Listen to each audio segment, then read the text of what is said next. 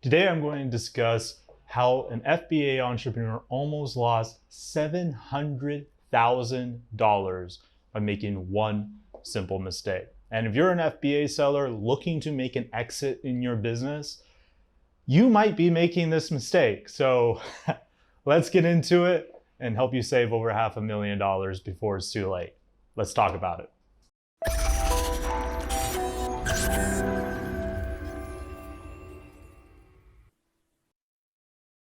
Hey, my name is Gregory Elfring. I am the Director of Marketing. And if you're wondering what is going on, you can see my computer again, and I seem like I'm well lit. It's because I actually just bought some ring lights that have no good background other than my bathroom or my kitchen to show you. So I'm back in front of the computer. I know you're happy. I certainly am. It was strangely difficult to set up these lights, so hopefully it's okay. Anyhow, like I said, I'm the Director of Marketing at Empire Flippers, where we help people just like you buy and sell online businesses. And today is a very important topic because this can be the difference between some major life-changing income. So there was a seller that recently sold on our marketplace who almost made a mistake that is very common. And that is what I like to call the off-market fallacy. So the off-market fallacy is a very common myth where sellers think they're going to make a lot more money if they don't use a broker. Now, it's obvious why they think this, because they have to pay a commission, all that kind of stuff, right? They think, hey, if I go private, I don't have to pay any commission. Even if I sell for a little bit lower than I would have on the broker, I would still walk away with more money. Now, I've been with Empire Flippers for 5 years, and I can objectively say this is almost never true. This myth is almost just completely false. I've rarely seen it where a seller will go private and they get a better deal. And guess what? Guess who really loves this myth? Buyers. They want you to believe this myth, and some of them actively even spread this myth. When they reach out to you wanting to get your business and acquire you, they'll even tell you, oh no, don't go to that broker over at Empire Flippers. They're going to charge you a commission. With me, there is no commission, right? It's just you and me, a handshake deal, maybe a little APA, all that kind of stuff, right? So buyers love this myth, and the reason why is because buyers, while they use brokers all the time, they love off-market deals because usually that means they get a discount, and that discount allows them to spend less money and really use their capital to grow the business they acquire. So it's a win-win for them, and often kind of a lose-win for a seller because the seller doesn't really get what the value of their business is often. So sellers, if you're thinking that you're going to save a commission and have more money, well, you're probably suffering from the off-market fallacy. And in fact, this person that I'm referring to almost suffered from the same thing. They got an offer for $1.4 million for their Amazon FBA business, which if you've been in the FBA industry for any length of time, you know that this pricing tier specifically, 7 figures and up, and if you haven't seen my State of the Industry Report video, I'll link it to here, either a card if I figure out how to edit that, or just a link down in the description below, where you can go see all the state of the industry data we have on 7-figure FBA businesses. But the TLDR, too long didn't read, is this is a very hot commodity. People want this. There are private equity, there's family offices, there's aggregators, high net worth investors, all sorts of moneyed up people looking to buy businesses in this space. So this seller got a $1.4 million offer, and they almost made this mistake where they didn't get a second opinion. It's always free to go out to a broker and get a second opinion. And in this case, the seller decided, hey, I know about these Empire Flippers guys. They sell a lot of FBA businesses. I should just go ask them what they think of this offer. And hey, we will always tell you what we think. We're not always going to tell you like, oh, you should definitely go with us, this offer sucks. We're never going to do that. We're always going to tell you our honest opinion. And in this case, our honest opinion was like, you should not take this deal. Your business is worth a lot more than this. Let's get into why that is here in a second. But first, before we get into why his business is actually worth a lot more, let's dive in, or if he goes to sell it, it will be worth a lot more than taking this guy's offer that he originally got let's go into how buyers trip you up. And it plays into this off-market fallacy quite a bit, actually. So buyers, like I already mentioned, they want you to believe this often so they can get a discounted deal. Now, another thing that they will do, especially at this level, because like I said, this is a very competitive level for buyers. They want this deal. Buyers trip you up to prevent you from going to broker, one, with the commission talk, but two, like, hey, we can get this deal done super fast. And that's often true, by the way. A lot of aggregators, I shouldn't say most, but a lot of aggregators will buy your business relatively quickly. It'll be a smooth process. They've done it tons and tons of times, and it probably won't be that big of a hassle for you in a lot of ways. But with that said, they will often kind of twist your arm in the sense by giving you an offer that is a limited time. Now, if you work in marketing, you understand the power of scarcity. So if they give you a $1.4 million offer, hey, you got 5 days, 10 days to say yes, or the offer is over. Next offer is going to be lower. So you better take this offer now or never. And this can be quite a high pressure, high stakes game for an FBA entrepreneur. Think about it for a moment. If you're an FBA entrepreneur, you probably are resonating with this a little bit, is you just built this giant brand, right? You probably poured your blood, sweat, and tears, and probably some credit card debt when you were first starting out, if you're like most FBA entrepreneurs I know. So there's a lot of pressure here. You can become a millionaire in a few days, and you don't have to order any more inventory. What a wonderful deal, right? But you gotta act now. It's like one of those old late night infomercials. Act fast and we'll throw in a squeegee or something. I don't know. Weird joke. Anyhow, I used to watch infomercials too often as a kid. Anyhow, so this scarcity thing can really trip sellers up. And combine that with the commission thing, a lot of sellers never even reach out to a broker. They just accept the deal. And I know this for a fact because a lot of the aggregators are our best customers, and I know that a lot of them have excellent deal flow.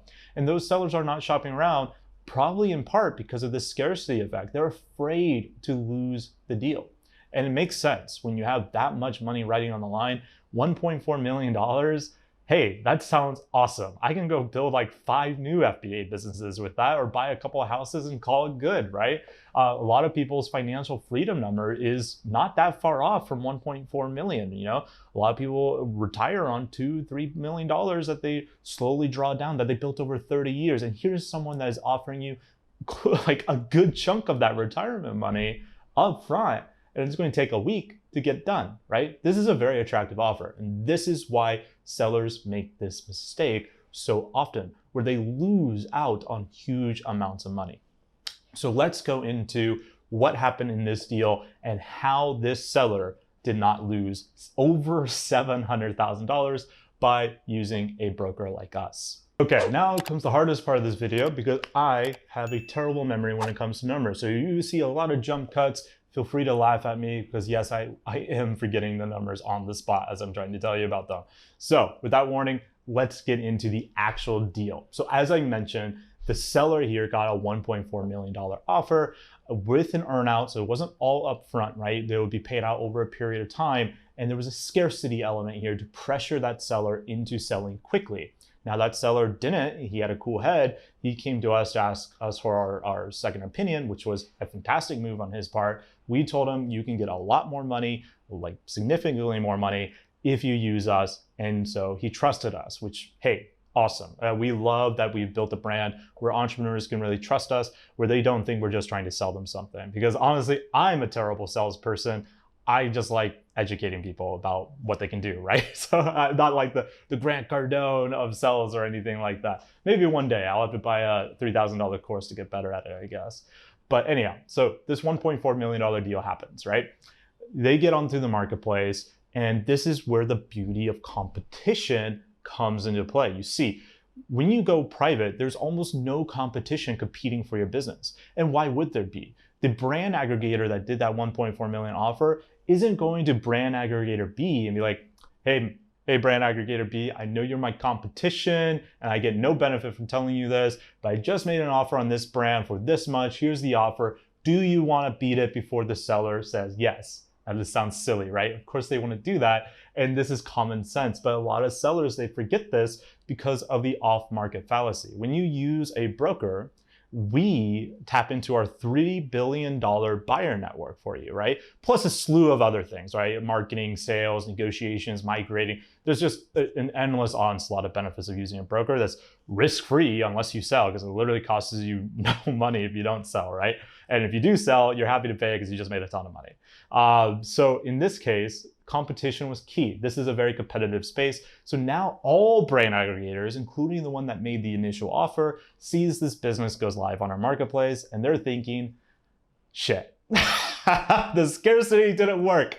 So what ends up happening, all the brand aggregators start competing with each other, like, hey, I want to beat his offer, I'll beat his offer, and keeps going up and up and up and up, above even our initial valuation we gave for the business. So he ended up selling this business at, remember, $1.4 million offer, not all cash up front with an earnout. He ended up selling this business a short time later on our marketplace for over $2.1 million. Yes, that is a big, much bigger number than what he initially got offered.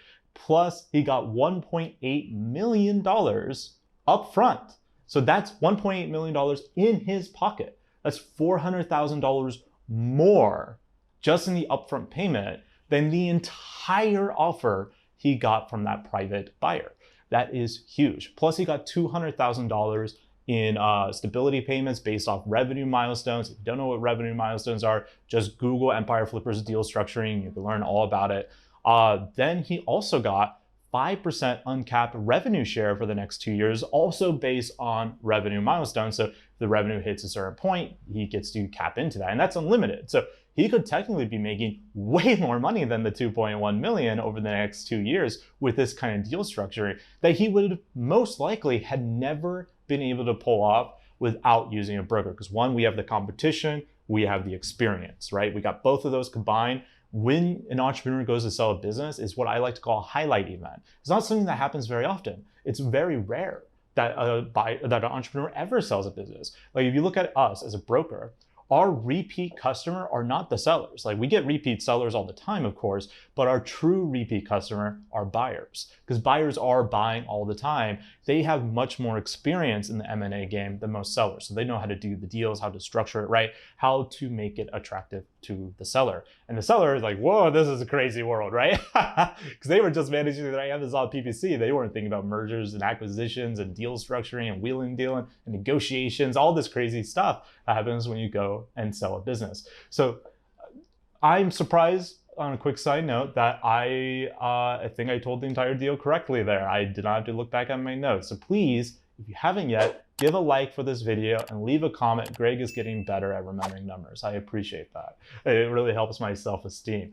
But this is such a cool story because it demonstrates the power of competition. And if you get over that off-market fallacy, you can bank big. I mean, an extra $700,000 plus, right? Because they also have uncapped revenue milestones, so they get, or uncapped revenue sharing that it's going to happen over the next 2 years. That's a huge difference. Now, remember at the start of this video, I mentioned most people, their retirement number is often between that $2 to $3 million. Well, just by taking a step back, this seller got a second opinion from us. We saw a good deal. This is a quality business. It's worth a lot more. Trusted us, went through our process, and we sold it for a whole lot more. And at the end of the period, maybe he waited an extra month versus if he had just went private. But what's a month? What's 30 days for an extra $700,000? You know, what's 30 days to make over $2.1 million? And that's more, that's right there, like right there alone. That person can retire if either, you know, a FIRE kind of person, you know, financial independence, retire early kind of person, could retire off of that income just by investing it wisely if they never did anything else, depending on their lifestyle, of course. So they're renting Lambos. Well, renting Lambos are okay. If you're buying Lambos, probably not. You're going to have to sell another business, of course. But still, this is just a show of how important it is to get that second opinion. And look, I'm not saying brokers are the only way, right?